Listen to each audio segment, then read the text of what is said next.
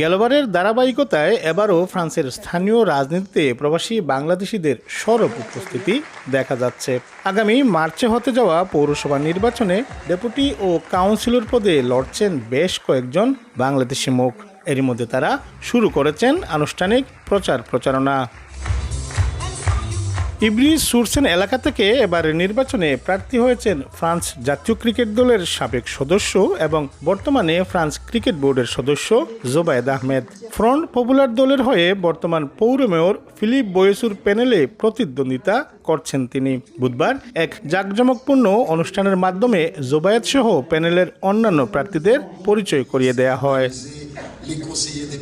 নির্বাচনী অঙ্গীকারে জোবায়েদ আহমেদ নিয়মিত অভিবাসীদের দীর্ঘদিনের দাবি ভোটাধিকার নিশ্চিত করার উপর জোর দিয়েছেন। তিনি জানান, ফ্রান্সে যারা নিয়মিত বসবাস করেন এবং কর প্রদান করেন তাদের নির্বাচনে ভোটাধিকার নিশ্চিত করতে কাজ করবেন। পাশাপাশি স্থানীয় যুব সমাজ ও ক্রীড়াঙ্গনের উন্নয়নেও বিশেষ ভূমিকা রাখার প্রতিশ্রুতি দিয়েছেন তিনি। যারা এই দেশে বসবাস করতেছে, কাজ করতেছে, ওদের ছেলে মেয়ে দেশে বড় হচ্ছে, ওরা ট্যাক্স পে করতেছে, ওদের সব কিছুই ফ্রান্সে, বাট ফরাসি নাগরিকত্ব না থাকার কারণে ভোট দিতে পারতেছে না। আমরা তাদের ভাষা হয়ে কথা বলবো ইনশাল্লাহ। আশা করি যদি আমি কোনো স্পোর্টসে কোনো দায়িত্ব পাই, যারা বিদেশি আছে তাদেরকে আমি স্পোর্টসে ইন্টিগ্রেট করার চেষ্টা করব।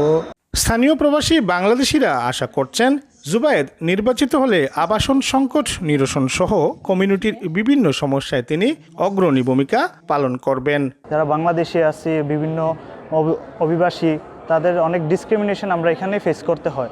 আশা করি যে অভিবাসনের যত সমস্যা ওনার মাধ্যমে এই জিনিসটা নিরসন হবে। আগামী 11 ও 19 মার্চ 2 দফায় অনুষ্ঠিতব্য এই নির্বাচনে জুবায়েদের প্যানেল থেকে 50 জন প্রার্থী অংশ নিচ্ছেন। মোহাম্মদ লুৎফুর রহমান বাবু, সময় সংবাদ, ফ্রান্স।